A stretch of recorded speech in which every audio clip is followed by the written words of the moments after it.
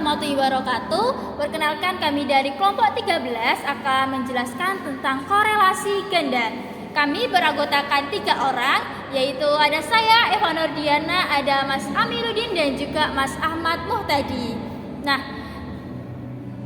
pada pembelajaran hari ini kita akan mempelajari yaitu analisis korelasi berganda, dan kita akan langsung praktek untuk menghitung korelasi berganda.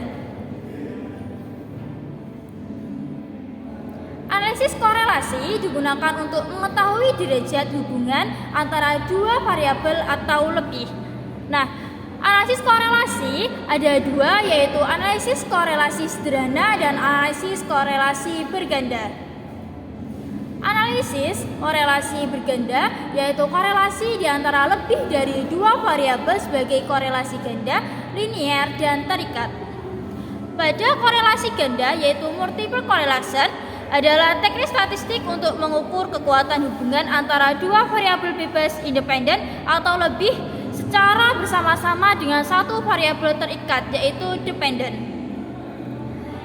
Korelasi ganda digunakan untuk melihat sejauh mana variabel bebas secara kolektif mempengaruhi variabel terikat.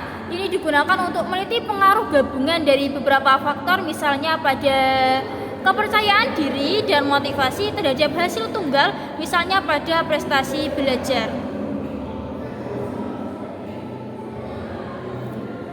Tujuan korelasi berganda yaitu untuk mengukur seberapa kuat hubungan antara dengan beberapa prediktor variabel bebas dengan satu kriteria yaitu variabel terikat. Lalu untuk menentukan kontribusi masing-masing variabel bebas terhadap variabel terikat secara parsial, korelasi parsial, dan secara keseluruhan. Lalu yang ketiga yaitu untuk membuktikan apakah ada hubungan yang signifikan secara statistik. Ini adalah model struktur korelasi yang menggunakan 2 variabel bebas dan 1 variabel terikat. Lalu selanjutnya, ini adalah model struktur korelasi jika dengan 3 variabel bebas dan 1 variabel terikat.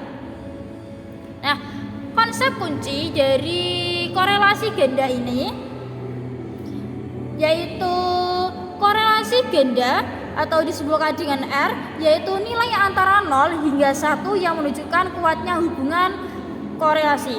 Lalu koefisien determinasi atau R kuadrat yaitu untuk menunjukkan seberapa besar proporsi presentasi variabel terikat dan dapat dijelaskan oleh gabungan variabel bebas. Berarti misalnya Y dijelaskan oleh X1 dan X2. Korelasi parsial yaitu mengukur hubungan antara satu variabel bebas dengan variabel terikat setelah mengontrol atau menetralkan pengaruh variabel bebas lainnya. Selanjutnya ada UJF. UJF ini digunakan untuk menguji signifikasi hubungan secara keseluruhan, apakah R yang didapat signifikan atau hanya kebetulan. Langkah umum analisis merumuskan hipotesis yaitu H0 dan H1. H0 tidak ada hubungan dan H1 ada hubungan. Lalu selanjutnya kita akan membuat tabel penolong. Nah, tabel penolong ini untuk menghitung koefisiensi korelasi parsial dan ganda. Lalu menghitung UJF untuk signifikansi. Setelahnya kita akan menarik kesimpulan berdasarkan hasil perhitungan. Mari kita berlatih, kita belajar untuk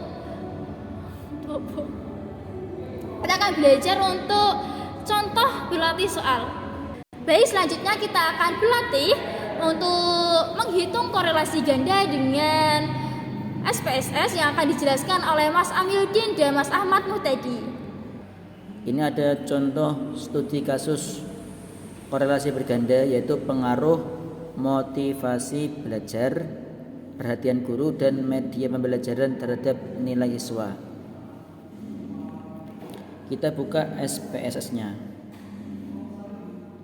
Nah, ini untuk variable view di sini kita tulis nama X1, X2, dan X3 dan Y. Ini variabel independen, sedangkan variabel dependennya yaitu variabel Y. Terus untuk labelnya kita beri nama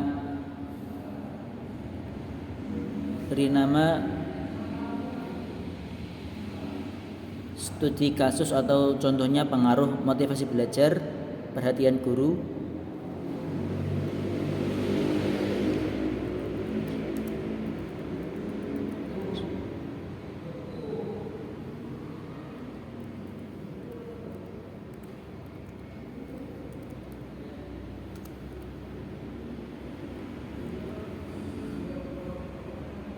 Terus media pembelajaran nilai SWA. Media pembelajaran nilai siswa. Terus kembali ke data view, kita kopikan di sini semua datanya.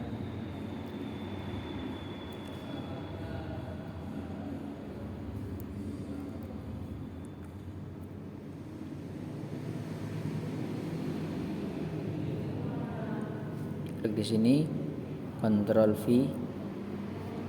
Terus kita ke analyze,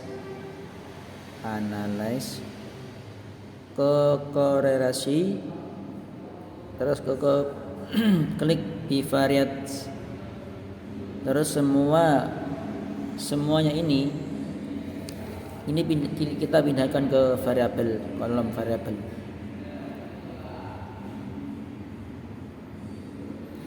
Kita klik person, to toilet, dan flexit. Kita klik OK. Nah, di sini sudah muncul outputnya. Kita lihat di bagian seek to toilet ini. Di sini diterangkan bahwa motivasi belajar ini mempunyai motivasi belajar ini seek to toiletnya mempunyai nilai 0,00500, di mana nilai ini lebih kecil daripada 0,05. Ini 0,05. Artinya di sini maka nilai ini lebih kecil dari 0,5, maka dapat disimpulkan bahwa variabel motivasi, kembali lagi, variabel motivasi ini memiliki hubungan yang signifikan antara nilai siswa. Sedangkan untuk variabel kedua, perhatian guru, sama saja mempunyai nilai 0,00. Di sini memiliki hubungan yang signifikan antara terhadap nilai siswa. Begitu pula media pembelajaran mempunyai nilai seek to toilet 0,00 lebih kecil daripada 0,05. Artinya di sini terdapat korelasi atau hubungan yang signifikan antara media pembelajaran dan nilai siswa. Sedangkan untuk derajat hubungannya seberapa pengaruh untuk masing-masing variabel. Untuk variabel motivasi belajar kita lihat nilai R-nya, yaitu ini nilai R-nya 9,0999. Begitu pula perhatian guru, media pembelajaran, ini semua berkolerasi, hubungannya derajatnya kuat, sangat kuat. Ini loh. Lah kita masuk ke ini. Internal koefisien di sini letaknya 0,80 sampai 1,000, sangat kuat hubungannya. Jadi disimpulkan bahwa semua variabel motivasi belajar, perhatian guru, media pembelajaran, dan nilai siswa ini berpengaruh secara signifikan terhadap nilai siswa. Dan untuk derajat hubungannya ini sangat kuat. Itu adalah cara korelasi berganda, cara menguji korelasi berganda secara parsial. Assalamualaikum warahmatullahi wabarakatuh. Perkenalkan, saya Ahmad Mutadi.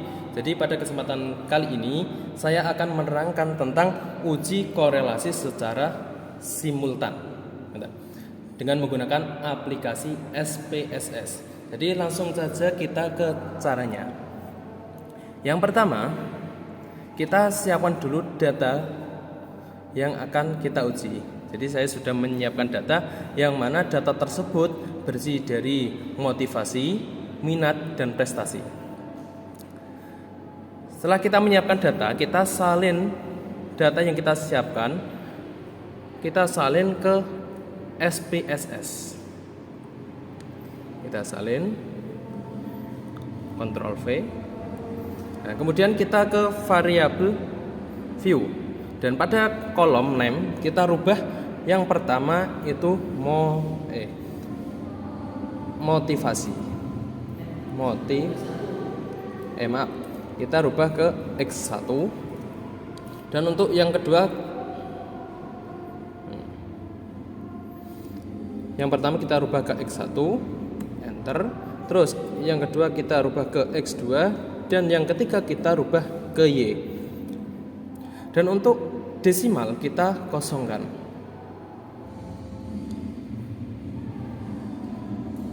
Dan untuk label kita beri nama motivasi.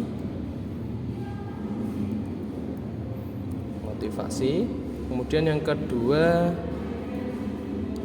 minat dan prestasi. Minat. Dan yang ketiga prestasi. Oke. Kemudian kita kembali lagi ke data view. Setelah sudah memberikan nama pada kolom-kolom ini, kita langsung saja ke analyze. Kemudian ke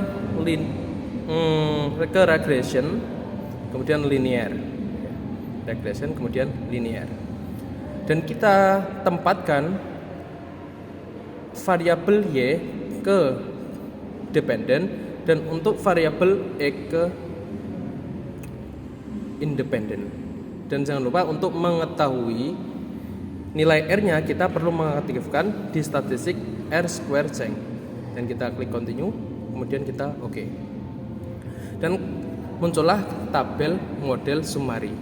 Yang mana di sini kita dapat mengetahui bahwasanya signifikan F-change,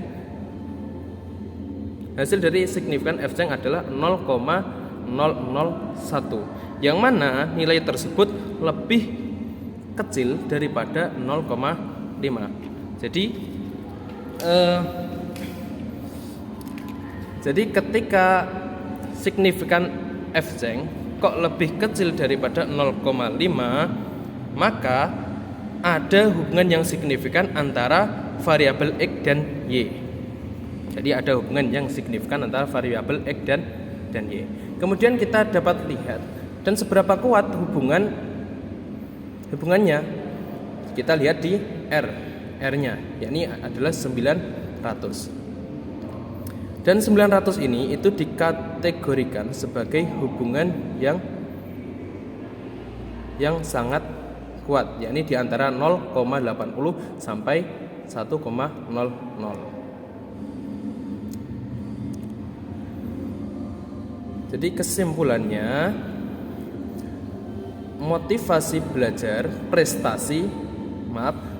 motivasi minat itu berpengaruh terhadap prestasi.